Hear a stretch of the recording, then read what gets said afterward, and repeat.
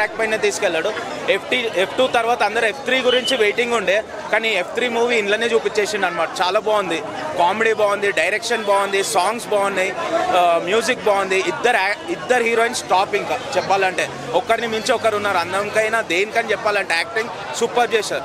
Overall super movie. Message అంటే definitely message ఉంది. ఎందుకంటే ఇవాళ రేపు కామన్ అయిపోయింది ఎవరికైనా మ్యారేజ్కి ముందు లవర్ అనేది ఉండడము. ఎస్పెషల్లీ ఎవరికైతుందో వాళ్ళు ఈ మూవీ చూస్తే మళ్ళీ వాళ్ళు మర్చిపోయిన లవర్ని గుర్తు చేసుకుంటారు.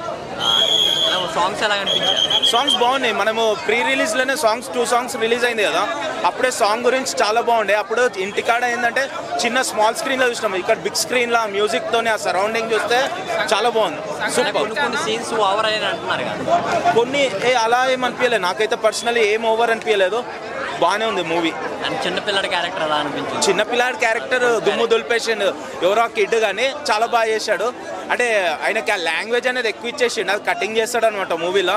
బట్ చాలా బాగుంది ఆయన యాక్టింగ్ అనేది. ఆయన యాక్టింగ్ బాగా చేశాడు, ఇంత చిన్న ఏజ్లోనే చాలా బాగా చేశాడు.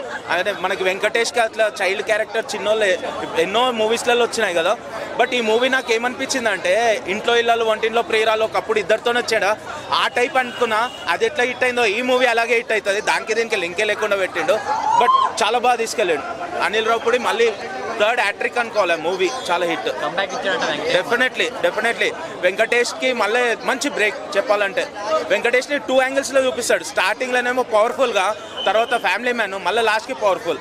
బాగా యూజ్ చేశాడు. 3 సినిమాల్లోని ఏది అనుకుంటున్నావు? బాలయ్యది గేమ్ చేంజర్. 2 ఉన్నాయి, 2 hit. Daaku Maharaj hit plus ఇది కలెక్షన్ వైజ్ డాకు మహారాజ్, బాలయ్య జై బాలయ్య. సెకండ్ అయితే ఇదే ఉంటుంది. ఈ 2 సూపర్. Okay, thank you.